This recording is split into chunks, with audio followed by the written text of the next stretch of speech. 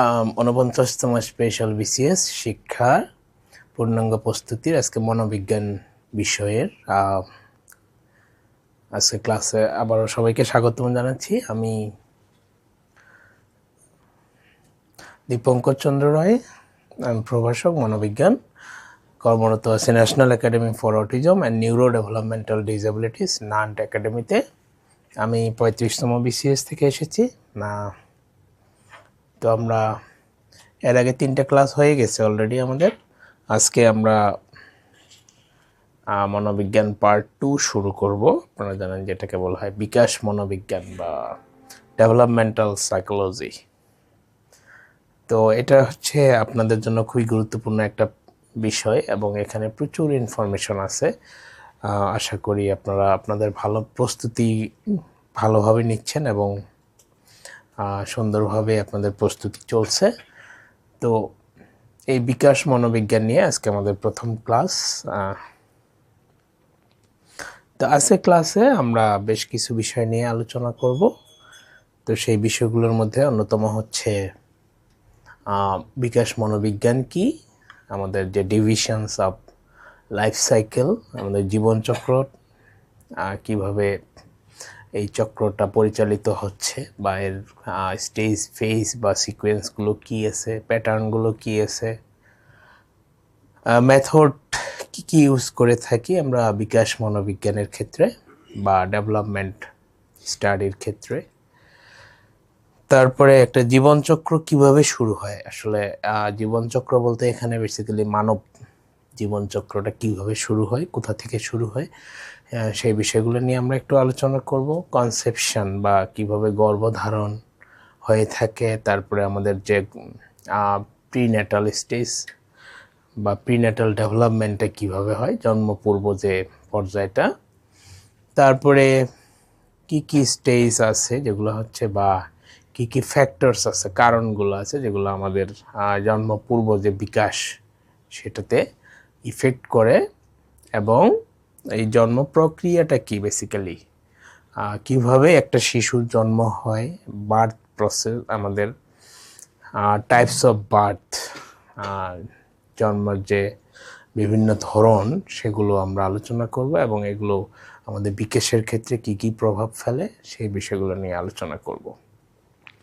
তো আশা করি আপনাদের কাছে খুব বেশি কঠিন মনে হবে না, এবং যেহেতু মনোবিজ্ঞান পড়ে এসেছেন আপনারা সবাই, অনার্স লেভেলে এইসব বিষয় আপনাদের ছিল, তো জাস্ট একটু শুধু আপনারা এই বিষয়গুলো একটু রিভিশন দিবেন এবং আশা করি যে আপনাদের এই চ্যাপ্টারগুলো থেকে বা এই বিষয়গুলো থেকে যে কোনো ধরনের কোশ্চেন আসলে আপনারা সেটা সহজেই অ্যান্সার করতে পারবেন। চলুন তাহলে আমরা শুরু করি। তার আগে একটা বিষয় বলে নেই, সেটা হচ্ছে যে আপনাদের অলরেডি 2টো পরীক্ষা হয়ে গেছে এবং পরীক্ষাগুলোই আপনারা বেশ ভালো, খুব সুন্দর রেজাল্ট করেছেন, যেটা হচ্ছে আপনাদের যে একটা ভালো প্রস্তুতি চলছে সেটাই নির্দেশ করছে। তো নেক্সট কোশ্চেন যে প্রশ্নগুলো হবে আশা করি সেগুলোতেই আপনারা ভালো করবেন এবং আপনাদের যে প্রস্তুতি সেটা আরও সুন্দর হবে। ঠিক আছে, চলুন তাহলে আজকে আমরা আমাদের মূল আলোচনায় চলে যাই। তো আমরা প্রথমেই দেখব যে ডেফিনেশন অফ ডেভেলপমেন্টাল সাইকোলজি।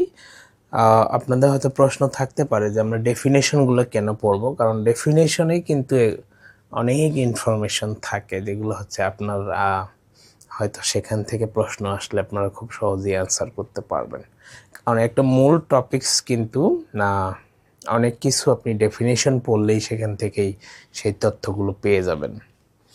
তো সবার প্রথমেই আমরা দেখি যে developmental psychology is the branch of psychology. এটা কিন্তু অবশ্যই একটা সাইকোলজি ব্রাঞ্চ। আমরা প্রথম ক্লাসেই দেখেছি যে আমরা যে বিভিন্ন ব্রাঞ্চ পড়েছি সাইকোলজি, তার একটা খুবই গুরুত্বপূর্ণ ব্রাঞ্চ হচ্ছে ডেভেলপমেন্টাল সাইকোলজি। কারণ যেহেতু আমরা আলোচনা করি মানুষ ও প্রাণীর আচরণ ও মানসিক প্রক্রিয়া নিয়ে, সুতরাং মানুষের ক্ষেত্রে সেটা অবশ্যই তার পুরো বিকাশটা না জানলে কিন্তু আপনি তার আচরণ এবং মানসিক প্রক্রিয়াগুলো কী সেগুলো সম্পর্কে ভালো ধারণা থাকবে না বা ভালো আপনার জ্ঞান থাকবে না। তো developmental psychology is the branch of psychology that studies intra-individual changes and intra-individual changes within these intra-individual changes. তো সে এই সংজ্ঞাটা দিয়েছেন হারলক। আমি কিন্তু রেফারেন্সে আপনাদের অনেকগুলো বইয়ের কথা বলেছি, যেগুলো থেকেই বেসিক্যালি আপনাদের 100% আপনারা ইনফরমেশন পাবেন, বা বিসিএস যে ধরনের কোশ্চেনগুলো হবে আমি যে বইয়ের রেফারেন্সগুলো দিয়েছি সেখান থেকে আপনারা 100%ই অ্যান্সার করতে পারবেন বলে আমার বিশ্বাস। কারণ এর বাইরে হচ্ছে নতুন করে আর ইনফরমেশন নেওয়ার মতো তেমন কোনো সুযোগ নাই বা নেওয়ার কিছু নাই। তো developmental psychology is the scientific study. আমরা কিন্তু মনোবিজ্ঞানের সংজ্ঞাতেও দেখেছি যে মনোবিজ্ঞান কিন্তু সায়েন্টিফিক স্টাডি করে, এটা কোনো বানানো কোনো কিছু নিয়ে স্টাডি করে না। তো সেম ডেভেলপমেন্টাল সাইকোলজি যে স্টাডি করে সেটা পুরোটাই একটা scientific process of the behavioral, cognitive and personality changes that occurs throughout the life cycles of a organism. তো আমরা এই যে বিকাশ মনোবিজ্ঞান নিয়ে আলোচনা করতেছি, এটা কিন্তু একটা নির্দিষ্ট সময়ের কোনো বিকাশ না বা ডেভেলপমেন্ট যেটাই বলি সেটা না। এটা কিন্তু একটা লাইফ লং প্রসেস, একেবারেই জন্ম পূর্ব থেকে, নট অনলি জন্ম পরে, একেবারে জন্মের পূর্ব থেকে কি হচ্ছে বা কি হবে এবং সেই যে একবারে মৃত্যু পর্যন্ত সেই পুরো বিষয়টাই যে চেঞ্জেসগুলো হয়, হয়তো চেঞ্জটা কখনো পজিটিভ হবে বা কখনো নেগেটিভ হবে, বাট এই যে ফুল প্রসেসটা নিয়েই ডেভেলপমেন্টাল সাইকোলজি আলোচনা করে। তো human development studied from the perspective of growth and changes. তো মানুষের যে আমরা ডেভেলপমেন্টগুলো দেখি সেগুলো মূলত গ্রোথ, তার কি গ্রোথ হচ্ছে এবং কি চেঞ্জেসগুলো হচ্ছে। কারণ সবসময় তো গ্রোথ হবে না, একটা সার্টেন টাইমের পরে দেখা গেল তার মধ্যে গ্রোথ হচ্ছে না, বরং কি হচ্ছে, চেঞ্জ হচ্ছে, সেগুলো নিয়েও বেসিক্যালি আলোচনা করে। আরেকটা সংজ্ঞা আমরা দেখব মর্গান কিং, ওয়েস অ্যান্ড স্কপলারের যে সংজ্ঞাটা, সেটাতে বলেছেন developmental psychology study the changes that occur during all or part of the life span. সেটা হতে পারে আমাদের যে কোনো একটা পার্ট, লাইফ স্পানে একটা নির্দিষ্ট পার্ট, যেমন চাইল্ডহুড নিয়ে আলোচনা করতে পারে, ইনফ্যান্সি, অ্যাডাল্টহুড বা ওল্ড এজ নিয়ে আলোচনা করতে পারে, in the processes of perception, learning, thinking, social activity and this aspects of human behaviour. So এই সংজ্ঞাটা দিয়েছেন মর্গান কিং।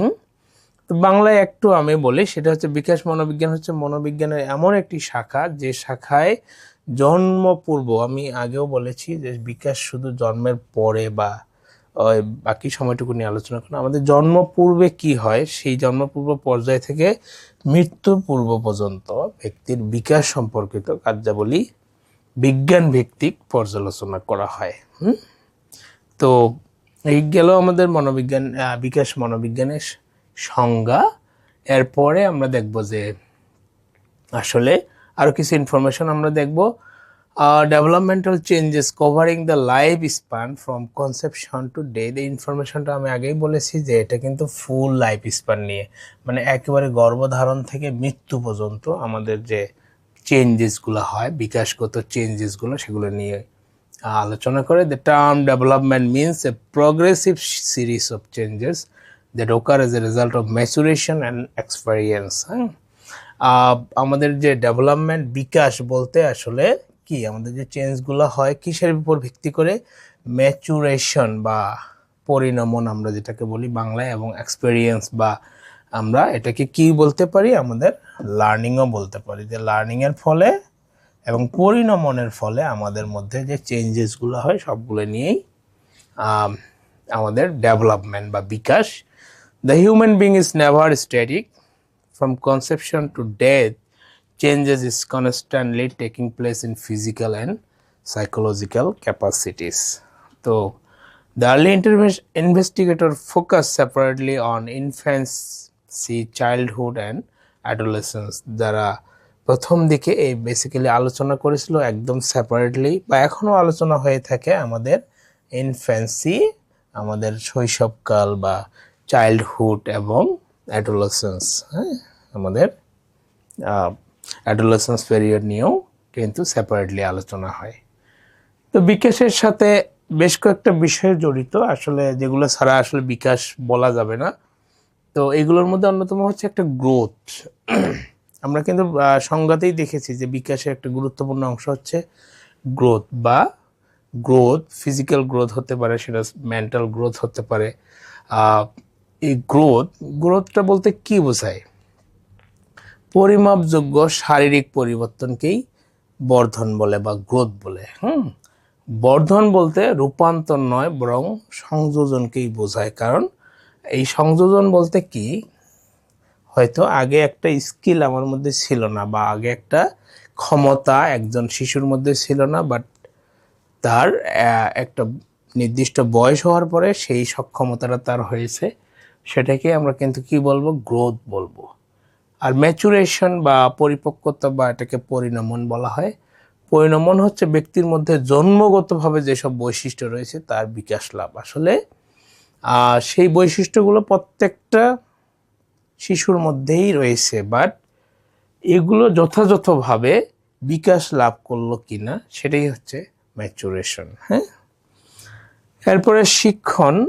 আমরা জানি যে এর আগে আমরা লার্নিং এর সংজ্ঞায় দেখেছি, লার্নিং হচ্ছে একটি অভিজ্ঞতা ও অনুশীলনের ফলে যে একটা দীর্ঘস্থায়ী পরিবর্তন হয় আচরণে, সেটাই হচ্ছে লার্নিং। তো অনেক কিছুই আছে বিকাশের সাথে যে জড়িত, যেগুলো শুধু আমার মধ্যে হয়তো আছে বা ম্যাচুরেশনে আছে, বাট ওই স্কিলটা কি করতে হবে? আমাকে লার্ন করতে হবে, শিখতে হবে। সেটাই হচ্ছে শিক্ষণ। আমার হাত পা সবই আছে, বাট সাইকেল চালানো, এই যে সাইকেল চালানো কিন্তু আপনা আপনি হবে না, সেটাকে আমাকে কি করতে হবে? লার্ন করতে হবে। একটা হচ্ছে ডেভেলপমেন্টের মূল কথা হলো যে পরিবেশের সাথে অভিযোজন, যে অভিযোজন করার যে প্রক্রিয়া, সেটাই হচ্ছে বিকাশ।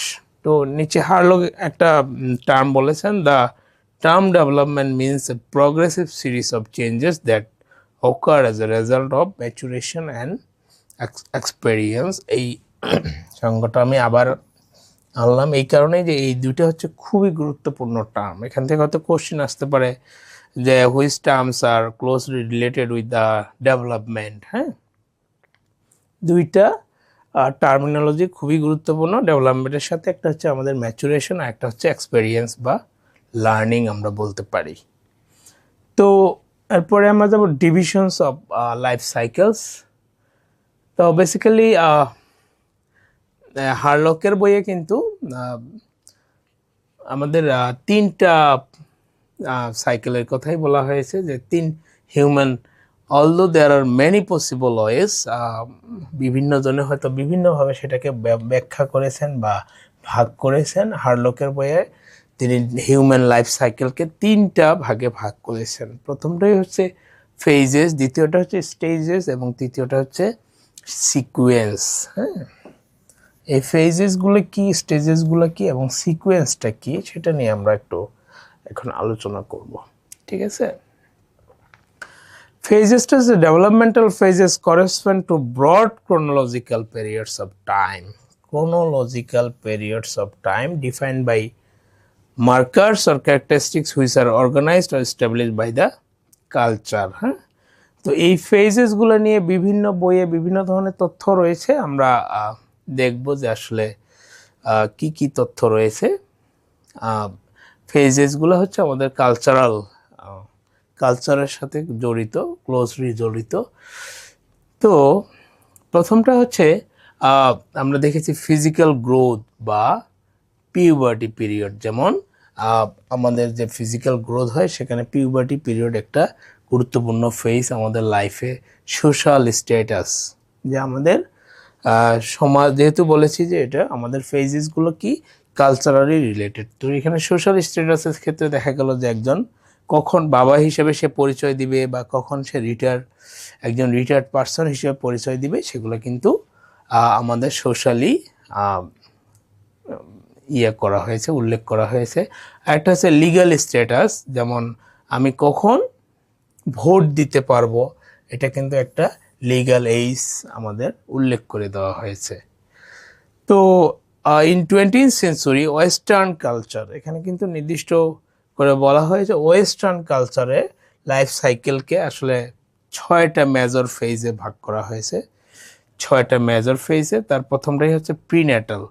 প্রিন্যাটাল পিরিয়ডটা আসলে কি, জন্মপূর্ব পর্যায়টা কি, একেবারে কনসেপশন টু বার্থ, যেটাকে আমরা বলি যে গর্ভধারণ থেকে জন্ম পর্যন্তই হচ্ছে আমাদের প্রিন্যাটাল পিরিয়ড, বা এটা একটা প্রথম ফেজ 6 ফেজের মধ্যে। এরপরে হচ্ছে ইনফ্যান্সি, যেটাকে আমরা বলি। ইনফ্যান্সিটা শুরু হয়েছে দ্য ফার্স্ট 18 মান্থ, জন্ম থেকে প্রথম 18 মাস সময়টাকে আসলে ইনফ্যান্সি ধরা হয়েছে। এরপরে আছে চাইল্ডহুড, 1.5 to 13 ইয়ার্স, 18 মাস থেকে 13 বছর পর্যন্ত। এই ইনফরমেশনগুলো কিন্তু এক এক বইয়ে এক এক রকম রয়েছে। আমি এই ইনফরমেশনগুলো হারলক থেকে নিয়েছি, যেহেতু আমাদের বিকাশ মনোবিজ্ঞানের ক্ষেত্রে যেসব বাংলা বই রয়েছে ম্যাক্সিমামই হচ্ছে হারলক এবং সারাফিনোর বই থেকে ইনফরমেশনগুলো নেওয়া। এরপরে আমাদের অ্যাডোলেসেন্স পিরিয়ড। অ্যাডোলেসেন্স পিরিয়ড হচ্ছে বা বয়সন্ধিকাল আমরা যেটাকে বলি, 13 to 20 ইয়ার্স। 13 to 20 ইয়ার্স এই সময়ে যে পিরিয়ডগুলো দেওয়া আছে এগুলো কিন্তু খুবই গুরুত্বপূর্ণ ইনফরমেশন, এগুলো আপনাদের মনে রাখতে হবে। এরপর অ্যাডাল্টহুড, আমাদের যে অ্যাডাল্টহুড সময়ের পিরিয়ডটা হচ্ছে 20 to 60 ইয়ার্স।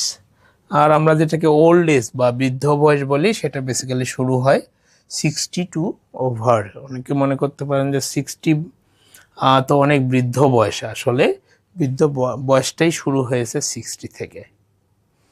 তো এখানে ডেভেলপমেন্টাল ট্রাক্স নামে একটি গুরুত্বপূর্ণ টার্ম আছে বিকাশ মনোবিজ্ঞানের ক্ষেত্রে। এই ডেভেলপমেন্টাল ট্রাক্স বেসিক্যালি কি বোঝায়?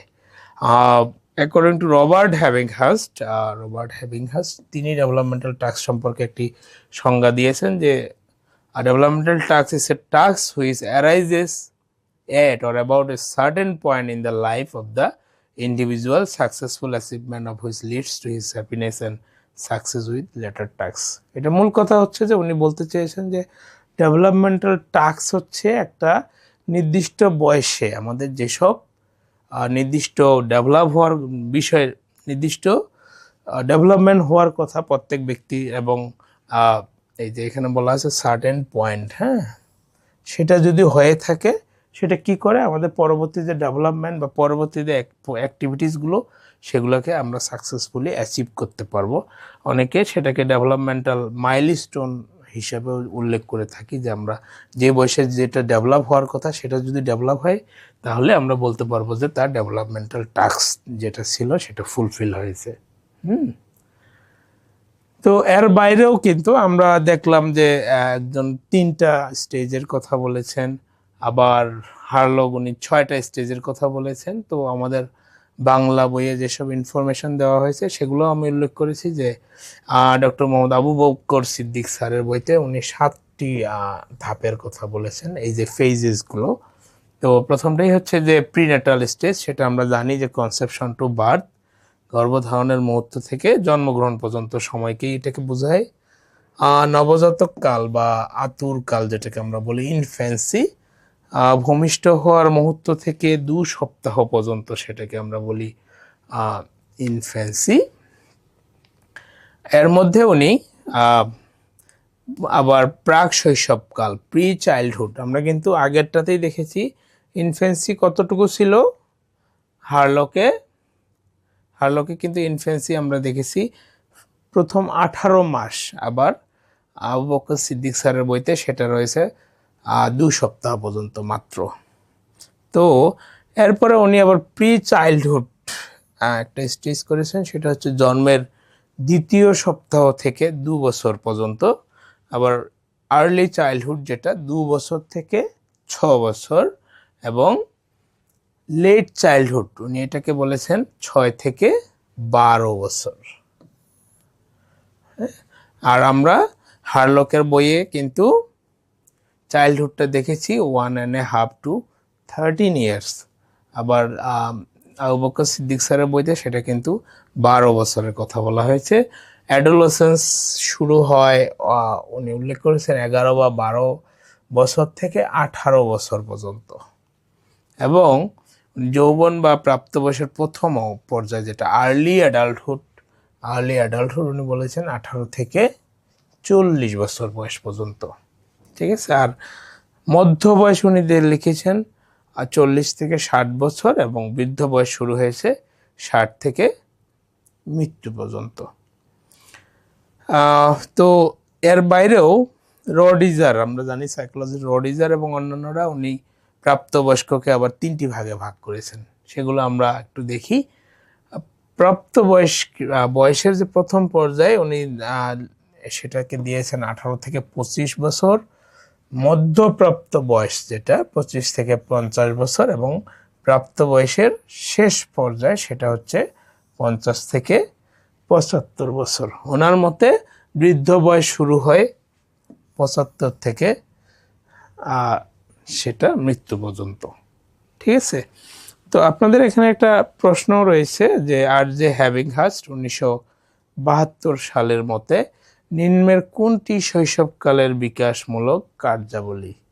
শৈশবকাল বলতে কিন্তু আমরা দেখেছি ইনফরমেশন 18 মাস থেকে কত 18 মাস পর্যন্ত, 18 মাস। তাহলে 18 মাসের এই নিচের কোনটা বিকাশমূলক কার্যাবলী হবে? ওনার যে ডেভেলপমেন্টাল টাস্ক অনুযায়ী নিচের কোনটা বিকাশমূলক কার্যাবলী হবে? হাঁটতে শেখা, মূল্যবোধের উন্নয়ন, নাগরিক দায়িত্ব পালন, না পেশা নির্বাচন?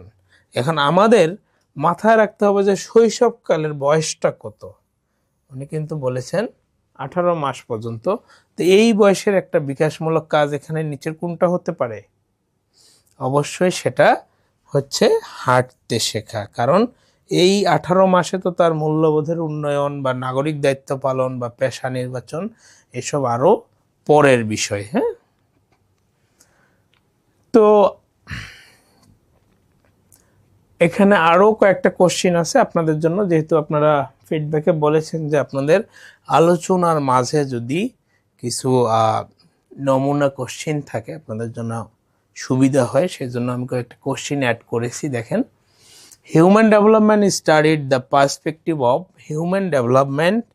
আমরা কোন দৃষ্টিকোণ থেকে আমরা স্টাডি করি? সেটা কি গ্রোথ, নাকি চেঞ্জেস, নাকি এইজ, নাকি গ্রোথ অ্যান্ড চেঞ্জেস? এখানে আপনারা কিন্তু ডেফিনেশনই দেখেছেন যে হিউম্যান ডেভেলপমেন্ট মূলত কি কি আলোচনা করে? হিউম্যান গ্রোথ এবং চেঞ্জেস, তার কি কি গ্রোথ হচ্ছে এবং কি কি তার চেঞ্জ হচ্ছে। এটা লাইফ লং প্রসেস, এটা কিন্তু একটা সার্টেন টাইমে না, হ্যাঁ, লাইফ লং প্রসেস।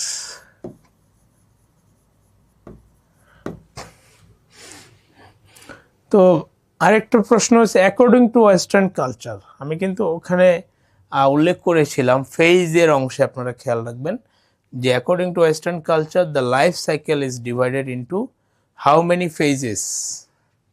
এখানে কতগুলো ফেজে আমরা ভাগ করেছি? 8 ফেজ, 7 ফেজ, 6 ফেজ, না 5 ফেজ? আপনারা একটু মাথায় রাখবেন, সেটা কিন্তু আমরা কতগুলো ফেজে আলোচনা করেছিলাম? 6 ফেজে। হ্যাঁ, এবং এই ফেজ এবং এইজ এই দুটা কিন্তু আপনাদের মাথায় রাখতে হবে। Erickson's influential theory divided the personality development stages into, এরিকসনের থিওরি আপনারা জানেন যে ইনফ্লুয়েন্সিয়াল থিওরি, এরিকসনের যে পার্সোনালিটি ডেভেলপমেন্ট স্টেজের উনি কথা বলেছেন কয়টি?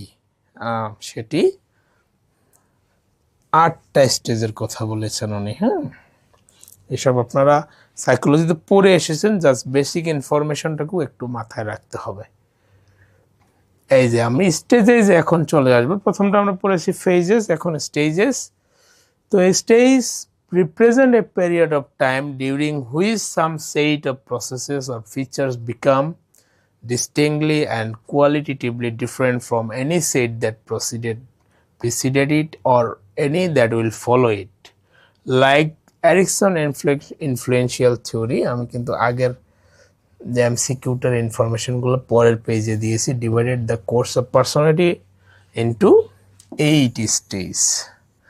উনি এই যে 8টা স্টেজের কথা বলেছেন ব্যক্তিত্ব বিকাশের ক্ষেত্রে, এইগুলোই হচ্ছে স্টেজেস। হ্যাঁ, তো যেমন এখানে আমি দুটোর কথা বলেছি, basic trust versus mistrust, intimacy versus isolation. তো বেসিক ট্রাস্ট ভার্সাস মিসট্রাস্ট হচ্ছে আমাদের কখন ডেভেলপ করে, সেই আমাদের যে ইনফ্যান্সি বা চাইল্ডহুড পিরিয়ডেই কিন্তু ডেভেলপ করে, যখন একজন বাবা মা তার সন্তানের বেসিক নিডগুলো ফিল আপ করে, তখনই কিন্তু তার সাথে যে অ্যাটাচমেন্টটা হয় সেটাতেই একটা বাচ্চার মধ্যে বেসিক ট্রাস্ট বা মিসট্রাস্ট তৈরি হয়ে যায়। ঠিক আছে, তো এগুলো হচ্ছে আমাদের স্টেজেস লাইফ সাইকেলে। আর সিকুয়েন্স, সিকুয়েন্সটাকে বলা হয় বা অনুক্রম। অনুক্রমটা কি, যে প্রথমে একটা জিনিস ঘটবে তারপরে দ্বিতীয়টা শুরু হবে, কখনোই কিন্তু আগে কি দ্বিতীয়টা শুরু হবে না প্রথমটা রেখে। তো এটাই আমাদের কিছু কিছু ডেভেলপমেন্ট হয়, যেটা হচ্ছে আমাদের একটা স্টেপ আগে শেষ করেই কিন্তু আমরা পরের স্টেজের যে ডেভেলপমেন্ট সেটা শুরু হয়। সেই যে প্রসেসটা সেটাকে উনি সিকুয়েন্স বলেছেন বা অনুক্রম বলেছেন। তো আরেকটা ইনফরমেশন দিয়ে, sequence describes a smooth development process, smooth development process in which events in learning and physical growth continuously build on one another। কারণ এই যে ম্যাচুরিটি এবং চেঞ্জেস, এটাও কিন্তু একটা সিকোয়েন্স বা অনুক্রম মেনটেন করে চলে। কারণ একজন হাঁটতেই শিখে নাই, সে কিন্তু কখনো সাইকেল চালাতে পারবে না, পারবে? সেটাও একটা সিকোয়েন্স মেনটেন করে থাকে। তো আমরা এরপরে চলে যাব হচ্ছে প্রিন্সিপালস বা এটাকে প্যাটার্নও বলে। হয়তো আপনাদের মধ্যে এই ইনফরমেশনটা নিয়ে একটু কনফিউশন থাকতে পারে। সেটা প্যাটার্ন প্রিন্সিপালস হচ্ছে একই। বিকাশের নীতিগুলো আসলে কি কি হতে পারে? তো বিকাশের নীতিগুলো হার্লক থেকে আমরা যেটা পেয়েছি, যে এই প্যাটার্নগুলোকে উনি 4টা ভাগে ভাগ করেছেন। প্রথমটা হচ্ছে ডিরেকশনালিটি। আমি বাংলা যে শব্দগুলো সেগুলো উল্লেখ করেছি সেখানে। প্রথমটা ডিরেকশনালিটি, দ্বিতীয়টা হচ্ছে ইরিভার্সিবিলিটি, তৃতীয়টা ডিফারেন্সিয়েশন এবং চতুর্থ হচ্ছে ইন্টিগ্রেশন। ডিরেকশনালিটিটা কি? সেটা হচ্ছে নির্দেশনামূলক। আমি একটু সংজ্ঞাটা বলে নেই, তারপরে বিস্তারিত বলছি। Development is directional. ডেভেলপমেন্ট একটি নির্দিষ্ট ডিরেকশন বা একটা নির্দেশ কিন্তু ফলো করে। হ্যাঁ, এটা কখনোই না যে হুট করে একটা ডেভেলপমেন্ট হয়ে গেল আর একটা ডেভেলপমেন্ট হলো না। ইট follows A consistent path towards maturity.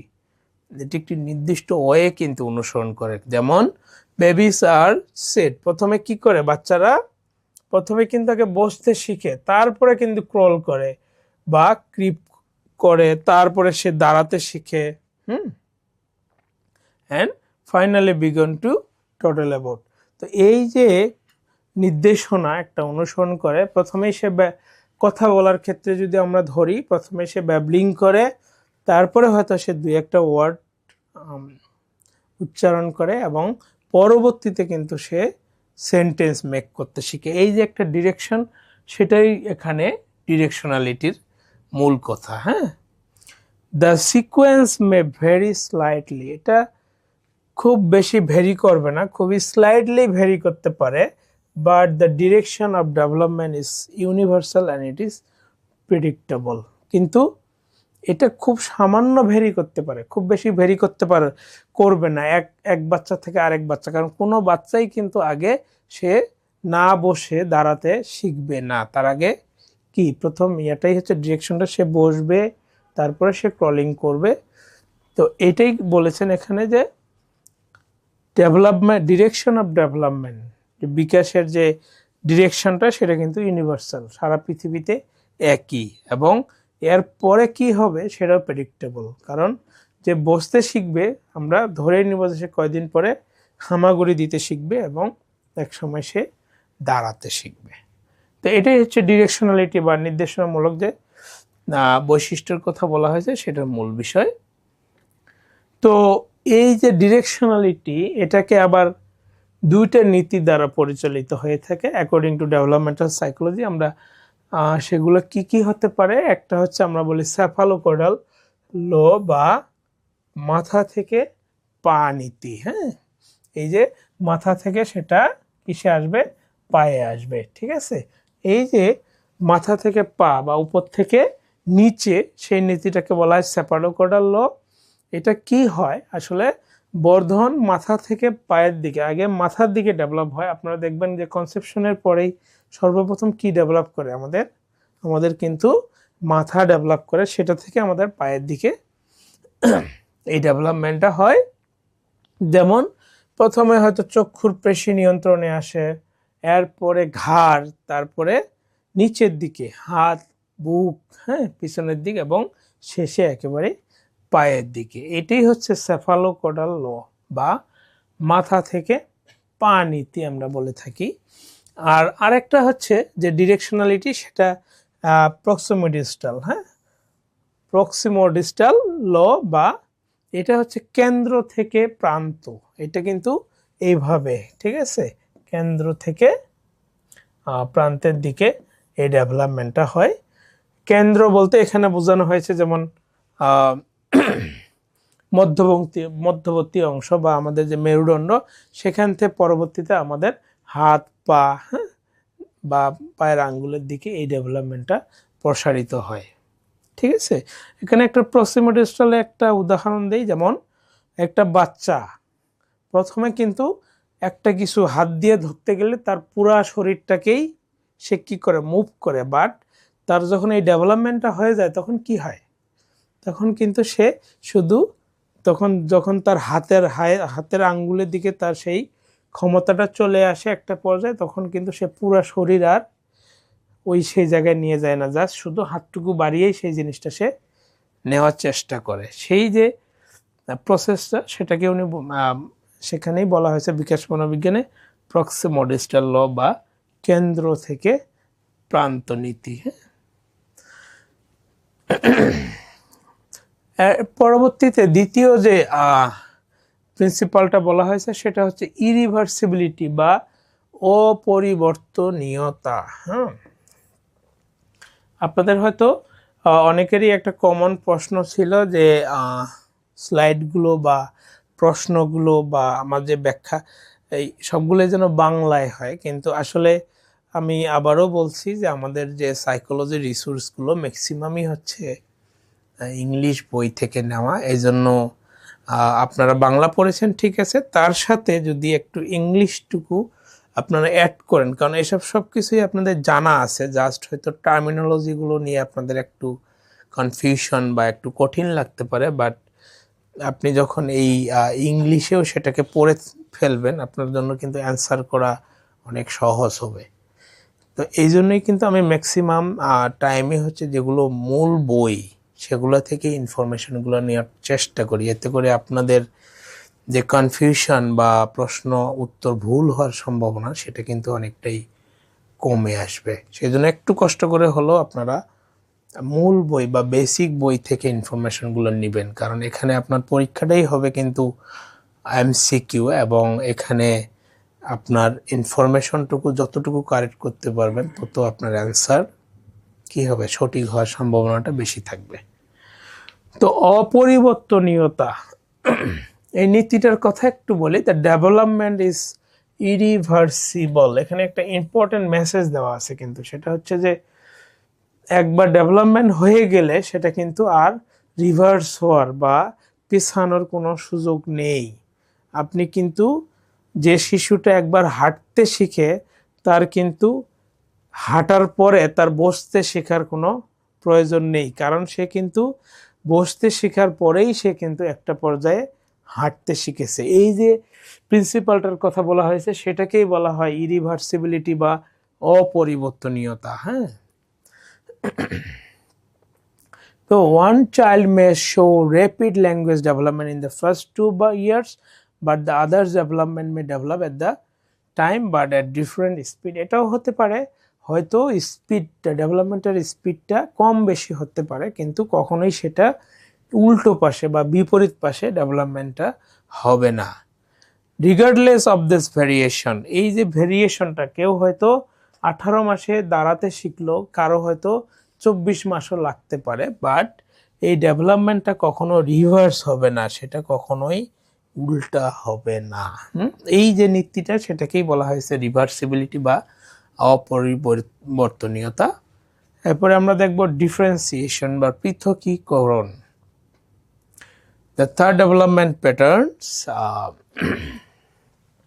third development pattern is differentiation, মানে কি পৃথকীকরণ। হ্যাঁ, তো এটা হচ্ছে একটু complex, refers to progress towards greater complexity. আস্তে আস্তে একটা গ্রেটার কমপ্লেক্সিটিতে যাওয়ার যে প্রিন্সিপালটা, সেটাই হচ্ছে ডিফারেন্সিয়েশন।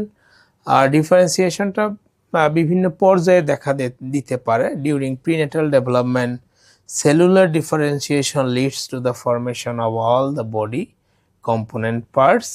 তো এটাকে আমি যদি একটা উদাহরণ দিয়ে বলি তাহলে আপনাদের জন্য সহজ হবে। যেমন শব্দ, হ্যাঁ, শব্দ কিন্তু আস্তে আস্তে তারা কি করতে পারে, ডিফারেন্সিয়েশন করতে পারে, এটা কিসের শব্দ, এটা কিসের শব্দ। টেস্টটাও কিন্তু বাচ্চারা কি করতে পারে, ডিফারেন্সিয়েশন করতে পারে যে কোনটা কিসের টেস্ট। সেটা একটা গুরুত্বপূর্ণ প্রিন্সিপাল। এর বাইরে হচ্ছে সমন্বয়। আসলে ডিফারেন্সিয়েশন আর ইন্টিগ্রেশন, যেটা এই দুইটা একসাথেই কাজ করে। হ্যাঁ, এই প্রসেসটা মূলত আলাদা কিছু না, দুইটাই অনেক বিষয়ে দেখা গেল একটা পর্যায়ে সে সমন্বয় করতে পারে। যেমন এখানে একটা এক্সাম্পল দেওয়া আছে, when children trade in their tricycles for bicycles or move from painting to handwriting। কারণ সমন্বয়টা কখন করে, যখন দেখা গেল যে একজন প্রথমে 3 চাকার সাইকেল চালাতে শিখলো, সেটা থেকে আস্তে আস্তে সে কি করলো, 2 চাকার সাইকেলে সে সেটা অভ্যস্ত হতে পারে। আবার পেইন্টিং, সে হয়তো আনকনসিয়াসলি বিভিন্ন ধরনের আঁকাআঁকি করতেছে, একটা সময় কিন্তু সেটা কি হবে, তার একটা হ্যান্ড রাইটিংয়ের সে কোঅর্ডিনেট করে ফেলবে বা তার হাতের লেখা সুন্দর হতে পারে। এগুলো হচ্ছে ইন্টিগ্রেশন। তো এর বাইরেও আসলে আরও অনেকগুলো নীতি রয়েছে, সেগুলো আমি একটু আলোচনা করব। যেমন বিকাশ একটি সুশৃঙ্খল এবং ভবিষ্যৎ ধারা বা নমুনা অনুসরণ করে। আমি প্রথমেই বলেছি যে বিকাশ কখনোই কিন্তু এলোমেলোভাবে কখনো বিকাশ হয় না। বিকাশ অবশ্যই একটা ডিসিপ্লিন ওয়ে বা একটা এরপরে কি হবে, এরপরে কি বিকাশ হবে, সেটা কিন্তু আপনি প্রেডিক্ট করতে পারবেন। ঠিক আছে, যে শিশুটা বসতে পারে, আমরা বলে দিতে পারি যে সে কিছুদিন পরে ক্রলিং করবে, বা তার কিছুদিন পরে সে হাঁটবে, হাঁটার পরে কিছুদিন পরে সে কি করবে, দৌড়াবে। হ্যাঁ, সব শিশু একই বিকাশ ধারা অনুসরণ করে। এই যে প্রসেসটা, ডেভেলপমেন্ট প্রসেস, এটা কিন্তু সবার জন্য একই। বাট এখানে একটা প্রশ্ন হচ্ছে, কারোর জন্য সময় বেশি লাগবে এবং কারোর জন্য হয়তো কম লাগবে। ঠিক আছে, বাট প্রসেসটা কিন্তু একই। কেউ হয়তো 15 মাসে হাঁটতে শিখবে, কেউ 2 বছরে হাঁটতে শিখবে। বিকাশ বিভিন্ন পর্যায়ের মাধ্যমে পরিণতির দিকে যায়। এই বিকাশটা কিন্তু একটা ফাইনাল স্টেজ আছে। কি স্টেজ সেটা আমরা বলেছি, কনসেপশন টু একেবারে মৃত্যু পর্যন্ত বিকাশটা হয়। তো এই যে ফাইনাল পরিণতি কিন্তু তার একেবারেই মৃত্যুর মধ্য দিয়ে সে হয়তো তার বিকাশ পর্যায়টা শেষ করবে।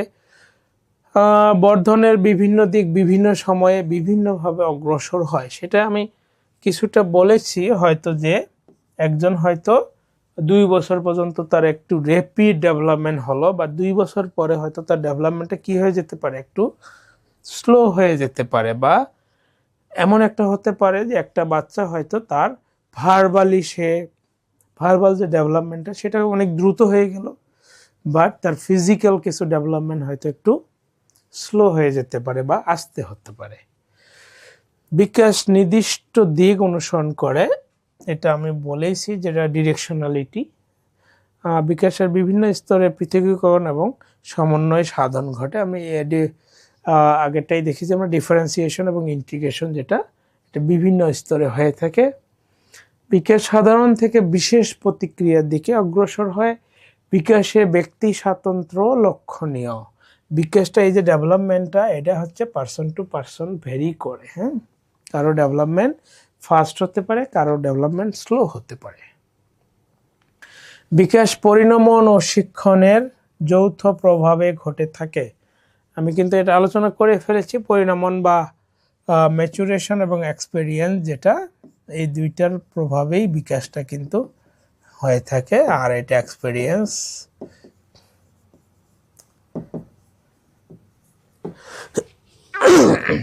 বিকাশের কোন কোন স্তর অন্যান্য স্তরের তুলনায় বেশি গুরুত্বপূর্ণ বা নির্ধারক? যেমন বিকাশের সব স্টেজ হয়তো সমান গুরুত্বপূর্ণ না। যেমন জন্মের পরে প্রথম 2 বছরের যে বিকাশটা, সেটা হয়তো খুবই ইম্পর্টেন্ট। হ্যাঁ, বা ওই সময়ে যদি সে ডেভেলপমেন্টাল মাইলস্টোনগুলো সে ঠিক মতো অর্জন না করতে পারে, হয়তো পরবর্তী বিকাশগুলো তার সঠিকভাবে নাও হতে পারে। এই জন্য কোনো কোনো স্তর এটা খুবই গুরুত্বপূর্ণ।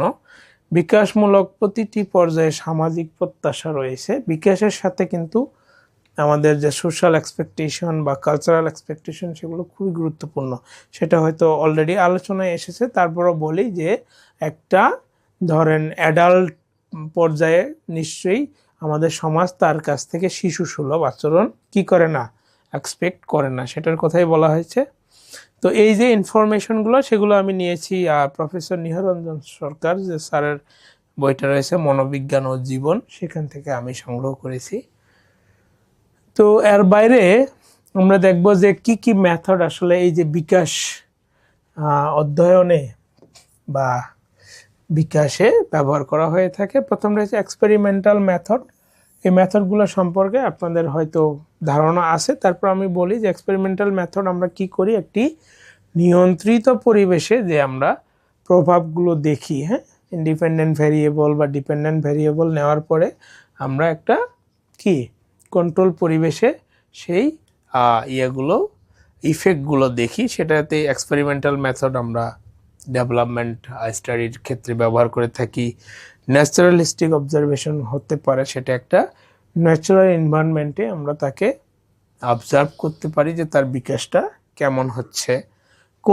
কোরিলেশনাল রিসার্চ, আমরা সহ সম্পর্ক দেখতে পারি বিভিন্ন শিশুর ক্ষেত্রে যে এক একজনের বিকাশ কেমন। যেমন একজনের কি হতে পারে, পরিবেশের ইফেক্ট আমরা দেখতে পারি যে একজন বাচ্চা ভালো পরিবেশ থেকে সে বড় হচ্ছে, আরেকজন আমরা যেটাকে বলি খারাপ পরিবেশ বা ভালো পরিবেশ না, সেই পরিবেশ থেকে তাদের বিকাশের মধ্যে কোনো সম্পর্ক আছে কিনা বা বিকাশটা অবজার্ভ করতে পারি। ডায়েরি মেথড, আমরা ডেভেলপমেন্ট অধ্যয়নের ক্ষেত্রে আমরা ডায়েরি মেথড আমরা দেখতে পারি যে ডায়েরি থেকে ইনফরমেশনগুলো নিয়ে। স্পেসিমেন ডিসক্রিপশন, নমুনা থেকে আমরা নমুনা যে স্পেসিমেন, নমুনার যে বিবরণ, সেখান থেকেও আমরা অধ্যয়ন করতে পারি। কেস স্টাডি আপনারা জানেন যে যখন আমরা বিশেষ কারণে হয়তো ডাক্তারের কাছে গেল বা কোনো সাইকোলজিস্টের কাছে গেল, সেখানে যাওয়ার পরে সেই কেসটা নিয়ে আমরা যখন ডিটেলস আলোচনা করি যে তার জন্ম থেকে শুরু করে জন্মপূর্ব অবস্থা থেকে শুরু করে তার বিকাশের ক্ষেত্রে কোন কোন ফ্যাক্টরগুলো ইফেক্ট পড়েছে, সেই ইনফরমেশনগুলো নিয়ে যখন তাকে স্টাডি করি, তখন সেটা কেস স্টাডি। প্রজেক্টিভ মেথড হতে পারে, আপনারা জানেন প্রজেক্টিভ বা প্রক্ষেপণমূলক যে পদ্ধতি রয়েছে, সেখানে আমরা দুটোর কথা জানি আমরা যে রোশাক ইনব্লক একটা টেস্ট রয়েছে বা টিএটি আমরা বলে থাকি যে থিমেটিভ অ্যাপারসেপশন টেস্ট, এগুলো হচ্ছে প্রজেক্টিভ টেস্ট। অস্পষ্ট ছবি দেখিয়ে তাদের যে বিকাশগুলো সেগুলো আমরা অবজার্ভ করতে পারি বা অ্যানালাইসিস করতে পারি। বেবি বায়োগ্রাফিক মেথড, একজন বেবির প্রতিদিনের যে ইনফরমেশনগুলো সেগুলো যদি কোথাও ডায়েরিতে হোক বা কোথাও লিখে রাখা হয়, সেই ইনফরমেশনগুলো পরবর্তীতে আমরা মিলিয়ে দেখতে পারি, সেটাকে বেবি বায়োগ্রাফিক মেথড বলা হয়। তারপর বায়োগ্রাফিক মেথড হতে পারে তার আত্মজীবনী যদি কোথাও লিপিবদ্ধ থাকে, সেগুলো নিয়ে আমরা পরবর্তীতে অ্যানালাইসিস করে দেখতে পারি। ইন্টারভিউ মেথড হতে পারে, আপনারা সাক্ষাৎকার পদ্ধতি অবশ্যই জানেন, সেটা স্ট্রাকচার্ড মেথড হতে ইন্টারভিউ হতে পারে বা আনস্ট্রাকচার্ড ইন্টারভিউ হতে পারে। স্ট্রাকচার ইন্টারভিউ হচ্ছে যেটা আগে থেকে পূর্ব নির্ধারিত করা থাকে, আনস্ট্রাকচার্ড হচ্ছে যেটা পূর্ব নির্ধারিত না, আসলে কোন ধরনের ইনফরমেশন নিব সেগুলো আগে থেকে কি করা না, ফিক্সড করা না। টুইন স্টাডিজ দেখতে পারি। টুইন স্টাডিজ হচ্ছে যে যমজ অধ্যয়ন। আপনারা জানেন যে অনেক সময় হচ্ছে যমজ শিশু জন্মগ্রহণ করে, সেটা হতে পারে আইডেন্টিক্যাল টুইন বা অভিন্ন টুইন, একই ধরনের যেটা একই ধরনের কোষ থেকে যাদের সৃষ্টি হয় তাদেরকে অভিন্ন যমজ বলা হয়। আর ভিন্ন ভিন্ন কোষের মাধ্যমে যখন যে একাধিক শিশুর জন্ম হয় তখন আমরা সেটাকে বলা হয় ডাইজাইগোটিক বা ভিন্ন যমজ। সেটা আমরা অধ্যয়ন করে তাদের মধ্যে যে বিকাশের পার্থক্যগুলো বা সাদৃশ্যগুলো সেগুলো স্টাডি করতে পারি। লংগিটিউডিনাল বলা হয়, এটা দীর্ঘস্থায়ী বা দীর্ঘ সময় নিয়ে তাদেরকে যে স্টাডি করার একটা পদ্ধতি, সেটাও আমরা স্টাডি করতে পারি। ক্রস সেকশনাল, একই সময়ে দেখা গেল যে বিভিন্ন ধরনের শিশু বা বিভিন্ন বয়সের শিশু নিয়েও আমরা একটা আচরণের প্রভাব তাদের উপর দেখতে পারি, সেটা ক্রস সেকশনালে। আর একটা হচ্ছে কোশ্চেনিয়ার মেথড, আমরা প্রশ্নের মাধ্যমেও কিন্তু এই যে বিকাশটা ঠিকমতো হচ্ছে কিনা বা তথ্যগুলো আমরা কোশ্চেনিয়ার মেথড ইউজ করেও নিতে পারি। যে এই মেথডগুলোই মোটামুটি আমরা বিকাশ যে স্টাডির ক্ষেত্রে ব্যবহার করে থাকি। তো এরপরে স্টেপটা হচ্ছে আমাদের বিগিনিং অফ লাইফ, যে কীভাবে একটি লাইফ বা একটা শিশু বলতে পারি, কিভাবে একটি শিশুর জীবনটা বেসিক্যালি শুরু হয়। সেটা একটা খুবই ন্যাচারাল একটা প্রসেস। আমরা জানি যে new life begins with the union of A mail sex and a female sex. যখনই একজন পুরুষ এবং নারী মিলিত হয় তখনই মূলত একটা নতুন প্রাণের সূচনা হয়। তো এই যে মেল সেক্স এবং ফিমেল সেক্স, এগুলো আমাদের রিপ্রোডাক্টিভ যে অর্গানস আছে আমাদের যা গোনাডস, সেই গোনাডস থেকেই কিন্তু সৃষ্টি। আপনাদের মনে হয় মাথায় আছে যে